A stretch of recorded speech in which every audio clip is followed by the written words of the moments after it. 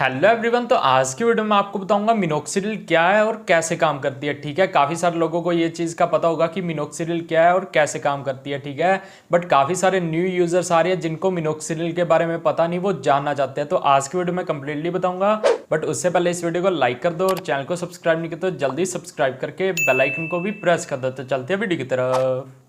Okay, तो सबसे पहले मिनोक्सिडिल की रिसर्च कैसे हुई। तो इसकी टैबलेट वगैरह आती थी जो कि हाइपरटेंशन वगैरह के लिए और हाई ब्लड प्रेशर वालों को दी जाती थी। ठीक है, तो जैसे ही उन लोगों को ये टैबलेट वगैरह दी जाती थी, उनको क्या साइड इफेक्ट्स देखने को मिले उस टाइम पे। उनकी हेयर ग्रोथ काफ़ी ज़्यादा बढ़ गई। ठीक है, अनवांटेड हेयर्स देखने को मिल गए उस टाइम पे। तो ये उस टाइम पे एक तरह से साइड इफेक्ट्स होने लग गया उन लोगों को।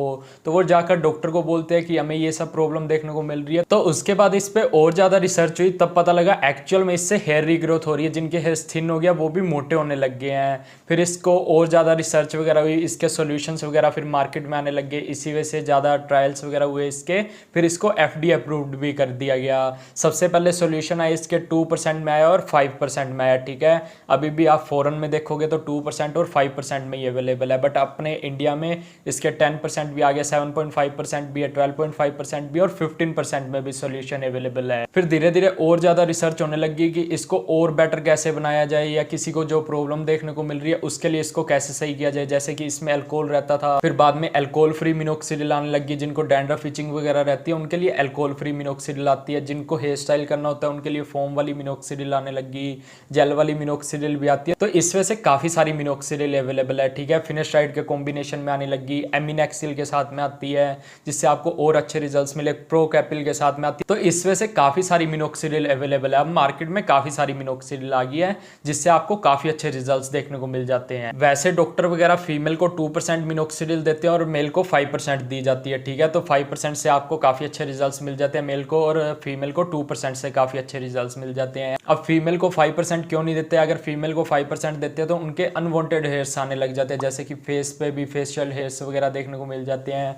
यहाँ पे भी कुछ गर्ल्स को हेयर्स देखने को मिल जाते हैं, जैसे कि जो थिन हेयर्स रहते हैं यहाँ पे आते हैं वो तो शेड हो जाते हैं, बट कुछ गर्ल्स को यहाँ पे मतलब इस एरिया पे काफी कुछ गर्ल्स को थिक हेयर्स भी देखने को मिले हैं, तो इसलिए उनको 2% ही दी जाती है। बट अभी काफी डॉक्टर ऐसे जो 5% भी दे देते हैं गर्ल्स को, और बॉयज को 10% तक भी ले जाते हैं, 12.5% तक भी ले जाते हैं। जिनको हेयर लॉस मतलब रुक नहीं रहा होता और जिनकी स्कैल्प में मिनोक्सिडिल वर्क करना कम कर जाती है काफी लॉन्ग टर्म तक यूज करने के बाद, उनको परसेंटेज बढ़ा के दे देते हैं। तो इस वजह से काफी सारी अभी मिनोक्सिडिल अवेलेबल है अलग अलग परसेंटेज में। अब मैं आपको बता देता हूँ मिनोक्सिडिल वर्क कैसे करती है। जहां भी आप इसको अप्लाई करोगे वहां का ब्लड सर्कुलेशन हाई हो जाएगा। अब हाई कैसे करती है? तो जहां भी जैसे मान लो आपने बियर्ड पे अप्लाई की, यहाँ का भी हाई हो जाएगा। तो अपन स्कैल्प की बात कर रहे हैं, तो आप स्कैल्प पे इसको अप्लाई करोगे तो स्कैल्प पे अप्लाई करने के बाद क्या होगा, जो भी आपकी नर्व्स है उसको ये चौड़ा करती है। अब जैसे ही वहां की नर्व्स चौड़ी होंगी तो वहां पे अपने आप ही ब्लड सर्कुलेशन हाई हो जाती है। अब जैसे मान लो एक पाइप है, ठीक है, तो पाइप नॉर्मली एक ही तरह की रहती है, बट बीच में से मान लो वो मोटी है तो वहां पे काफी ज्यादा पानी जाएगा। तो इसी वजह से अगर आपकी स्कैल्प का ब्लड सर्कुलेशन लो हो गया है,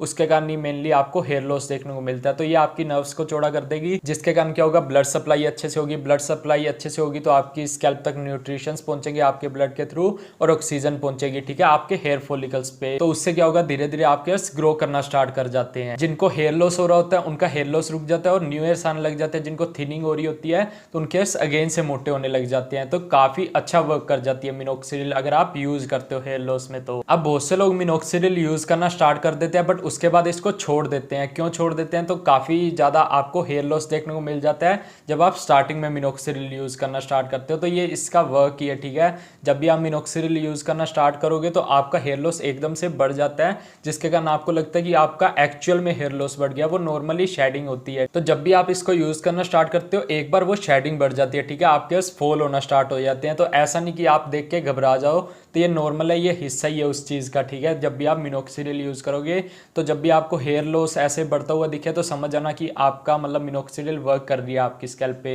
तो इसको आपको कंटिन्यू यूज करना है, उसी के बाद आपको रिजल्ट्स देखने को मिलेंगे। ये शेडिंग आपको जैसे जब भी मिनोक्सिडिल अप्लाई करना स्टार्ट करोगे 10 दिन के बाद भी हो सकती है, 15 दिन के बाद भी हो सकती है, 1 मंथ या 2 मंथ तक चलेगी। ठीक है, 3 मंथ तक रुक जाती है, 3 मंथ के बाद ये शेडिंग रुक जाती है, उसके बाद आपके हेयर्स आना स्टार्ट हो जाते हैं। आप मिनोक्सिडिल से ऐसा मत एक्सपेक्ट करना कि कि आज ही आपने मिनोक्सिडिल लगाना स्टार्ट किया और कल आपका हेयर लॉस रुक जाएगा और परसों आपके नए बाल आने लग जाएंगे। ऐसा बिल्कुल भी नहीं होने वाला, ठीक है। आपको इसको 6 मंथ देने होंगे। 6 मंथ में 5 से 6 मंथ में आपको विजिबल रिजल्ट्स देखने को मिल जाएंगे।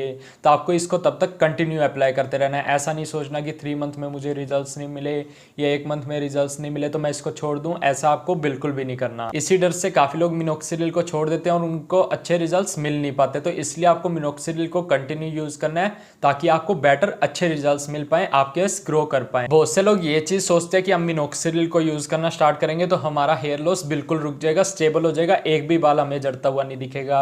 पर ऐसा नहीं है। जो भी आपकी हेयर ग्रोथ की साइकिल होती है वो तो चलती रहती है। जैसे या तो मानसून में आपको शेडिंग काफी ज्यादा देखने को मिल सकती है, नॉर्मल भी आपके 1-2 बाल या 10-20 बाल भी गिर सकते हैं। पर ऐसा नहीं कि आपकी डेंसिटी कम हो जाएगी या वो बाल आएंगे नहीं। जब तक आप मिनोक्सिडिल अप्लाई कर रहे हो वो बाल आते जाएंगे और गिरते भी जाएंगे और आते भी जाएंगे, इस वजह से चलता रहेगा। बट आपकी डेंसिटी को कोई भी ऐसा नहीं होने वाला कि आपके गैप आ जाएगा या ऐसा कुछ हो जाएगा, ऐसा बिल्कुल भी नहीं होगा। अभी जैसे कि मैंने आपको ये भी बताया था कि मिनोक्सिडिल सोल्यूशन फिनास्टाइड के साथ कॉम्बिनेशन में भी आता है, तो ये भी काफी अच्छा वर्क करता है। जिनको डीएसटी का हेयर लॉस हो रहा है तो उनमें भी ये काफी अच्छा वर्क कर जाता है। कुछ लोगों में नहीं भी वर्क करता बट काफी लोगों में कर भी जाता है। कुछ लोगों को टैबलेट ही ज्यादा सूट करती है, कुछ लोगों को जैसे कि सॉल्यूशन जैसे अप्लाई करते हैं तो उसमें अच्छे रिजल्ट्स नहीं मिल पाते। तो काफी लोगों को मिले भी हैं इससे रिजल्ट्स। तो जिनकी रिसीडिंग हेयरलाइन है उनको फिनास्टाइड वाली मिनोक्सिडिल यूज करनी चाहिए या फिनास्टाइड टैबलेट लेनी चाहिए, तो उससे आपको काफी अच्छे रिजल्ट्स देखने को मिल जाते हैं। ये जो भी मिनोक्सिडिल विद फिनास्टाइड आती है मेनली गर्ल्स के लिए नहीं बनाई गई, ठीक है। ये ओनली मेल्स के लिए, तो गर्ल्स को इसको बिल्कुल भी यूज नहीं करना। अब मैं आपको बता देता हूँ आपको मिनोक्सिडिल कितनी बार अप्लाई करनी चाहिए, कैसे अप्लाई करनी चाहिए, ठीक है। तो मिनोक्सिडिल आपको 2 टाइम अप्लाई करनी है। सॉल्यूशन यूज करना काफी अच्छा रहता है। सॉल्यूशन यूज करोगे तो आपको दिन में 2 बार अप्लाई करनी है, एक तो मॉर्निंग में अप्लाई करनी है और एक नाइट में अप्लाई करनी है। बाकी जैसे आपके डॉक्टर ने आपको बोला है उस वजह से आप अप्लाई कर सकते हो, ठीक है। आपको अपने हेयर्स पे ना ही ऑयल लगाओ उस टाइम पे, ना ही आपकी स्कैल्प ग्रीसी हो, ठीक है। उससे आपको रिजल्ट्स अच्छे नहीं मिलेंगे। क्लियर स्कैल्प होनी चाहिए, यानी कि आपकी स्कैल्प पे ऑयल वगैरह नहीं होना चाहिए, शैम्पू किया हो, ठीक है। ऐसा भी नहीं कि डेली आपको शैम्पू करना होगा। एक दिन आपने शैम्पू कर लिया, 2 दिन तक आपकी स्कैल्प सही रहती है, 2 या 3 दिन तक, तो आप उसको मिनोक्सिडिल को कंटिन्यू 2 टाइम अप्लाई कर सकते हो। इस वजह से स्टार्टिंग में डॉक्टर 2 टाइम आपको लगाने को कहेंगे, उसके बाद जब आपको 6 या 8 मंथ में रिजल्ट्स मिल जाते हैं उसके बाद डॉक्टर 1 टाइम करवा देते हैं इसको। तो आपको भी डॉक्टर से बोलना है, अगर आपको डॉक्टर 1 टाइम ना करवा दे आपको बोल देना चाहिए डॉक्टर को कि हाँ मैं इसको 1 टाइम कर दूं, या 5% मिनोक्सिडिल को 1 टाइम कर देना। इससे क्या होता है आपको लॉन्ग टर्म तक काफी अच्छे रिजल्ट्स देखने को मिल जाते हैं, इसलिए इसको 1 टाइम जरूर कर देना। अब मैं आपको बता देता हूँ आपको मिनोक्सिडिल से क्या साइड इफेक्ट्स देखने को मिल सकते हैं। जैसा कि जो लोग मिनोक्सिडिल यूज करना स्टार्ट करते हैं तो उनको स्टार्टिंग के 1 या 2-3 दिन तक सर दर्द होता है। जब भी आप मिनोक्सिडिल अप्लाई करोगे 1 आवर या 2 आवर के लिए होगा, ठीक है। वो मेनली आपकी स्कैल्प की नर्व्स वगैरह चौड़ी होती है, ब्लड सप्लाई बढ़ती है, इसके काम देखने को मिलता है। और सेकंड, कुछ लोगों की हार्ट बीट तेज हो जाती है, ये भी 1 या 2 दिन तक रहती है, ठीक है। अगर उसके बाद भी आपको या सारा दिन रहता है ऐसा, मतलब स्कैल्प में दर्द वगैरह रहना, आपके ब्रेन में दर्द वगैरह रहना, मतलब हेड एक होना, ठीक है, तो ये आप डॉक्टर से कंसर्न कर सकते हो, उनको बोल सकते हो कि ये चीज़ मुझे देखने को मिल रही है। और कुछ लोगों को जैसे कि इचिंग रेडनेस हो जाती है, मिनोक्सिडिल यूज़ करते हैं, डैंड्रफ वगैरह होने लग जाता है, तो वो अल्कोहल फ्री मिनोक्सिडिल यूज़ कर सकते हैं। अल्कोहल के कारण काफ़ी लोगों को डैंड्रफ, इचिंग वगैरह देखने को मिल जाती है।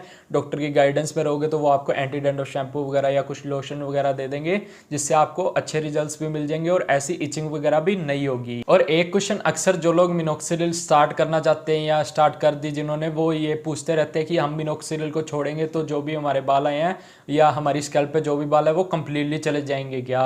तो यस, अगर आप मिनोक्सिडिल को छोड़ते हो उसने जो बाल आपके बचाए हैं, ठीक है, आज तक जो बाल आपके गिरने थे या गिर रहे थे वो इसने बचा दिए, अगेन से ग्रो कर दिए, वो बाल अगेन से गिर जाएंगे और काफी स्पीड से गिरेंगे। अब ऐसा भी नहीं कि कुछ लोग छोड़कर देखते हैं कि हाँ मेरे बाल गिरते हैं या नहीं गिरते, तो वो 10 दिन छोड़ते हैं, 15 दिन छोड़ते हैं, उनको लगता है कि मेरे बाल नहीं गिर रहे। ऐसा नहीं है, वो धीरे धीरे गिरना स्टार्ट होंगे। जैसे ही आपके 1 या 2 मंथ हो जाते हैं उसके बाद बहुत स्पीड से वो बाल गिरेंगे। वो बाल एकदम से नहीं गिरेंगे, ठीक है। पहले तो थोड़ा थोड़ा आपका हेयरफॉल स्टार्ट होगा जैसे ही 1 मंथ होने वाला होता है, बट जैसे ही 2 मंथ होते हैं 2 मंथ के बाद आपको ट्रिपल स्पीड से काफ़ी ज़्यादा हेयरफॉल देखने को मिल जाता है। बट वही बाल गिरते हैं जो आपके मिनोक्सिडिल ने बचाए इतने टाइम से, जो गिरने थे जो इतने टाइम में। 1 साल आपने मिनोक्सिडिल यूज़ की, 1 साल में जितने बाल गिरने थे, जितने बाल 1 साल में उसने ग्रो किए, वो सारे गिरने लग जाते हैं। और आपको लगता है कि मिनोक्सिडिल ने मुझे बाल्ड कर दिया या मिनोक्सिडिल से मेरे बाल गिरने लग गए, तो ऐसा बिल्कुल भी नहीं होता, ठीक है। अगर आप मिनोक्सिडिल यूज़ कर रहे हो तो ये कोई परमानेंट सोल्यूशन नहीं है हेयर्स का। ये आप लगाते रहोगे तो आपके हेयर्स बचे रहेंगे। अगर आपने इसको लगाना छोड़ दिया तो आपके हेयर्स वो शेड हो जाएंगे, बिकॉज ये ब्लड सप्लाई करा रही है आपकी स्कैल्प का।